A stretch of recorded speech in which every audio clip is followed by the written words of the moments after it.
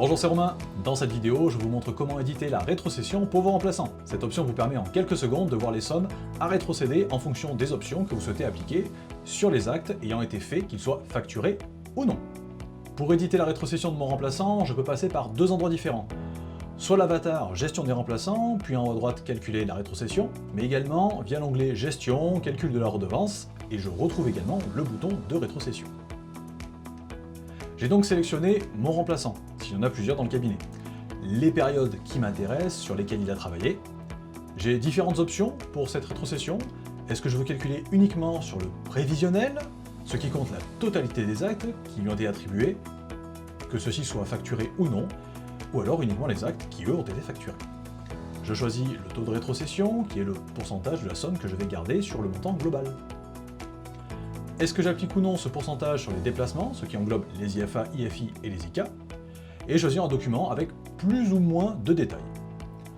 En validant, le tableau s'affiche, j'ai donc la liste de ces actes, des patients qu'il a vus, et en bas s'affiche le montant des actes effectués par mon remplaçant, moins le pourcentage que je garde, et donc le montant que je dois lui rétrocéder.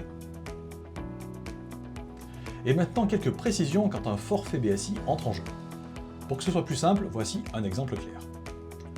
Sur mon planning, je vois que mon remplaçant Alain est allé voir mon patient le 8 août dans l'après-midi. Le matin, c'est mon collègue Damien qui a effectué les soins. Je reviens dans l'édition de ma rétrocession, je sélectionne ensuite mon remplaçant à la date du 8 août, je clique sur afficher le détail, et là, je vois bien le passage à 19 h réalisé par mon remplaçant Alain, avec un IFI. Et je vois également apparaître le forfait BSB. Ce forfait BSB n'a pas été facturé à 19 h, il a été facturé par mon collègue Damien le matin. Toutefois, il réapparaît ici pour indiquer que le forfait de cette journée est un BSB, et que ce BSB, il faut répartir 25%, soit 4,55 € à mon remplaçant. Dans cette situation, le montant des factures de mon remplaçant sera inférieur au montant total de ses actes, puisque les 25% du forfait n'apparaissent pas dessus. Le forfait apparaît uniquement sur les factures de mon collègue Damien. En plus de cette rétrocession que je vais devoir verser à mon remplaçant, il faudra également utiliser la formule du remboursement BSI. Sur la date du 8 août, il va être indiqué que Damien me doit une somme qui correspond au passage de mon remplaçant, puisque pour rappel, le remboursement BSI se fait uniquement entre titulaires du cabinet. La rétrocession doit donc se faire par la suite entre le titulaire et son remplaçant.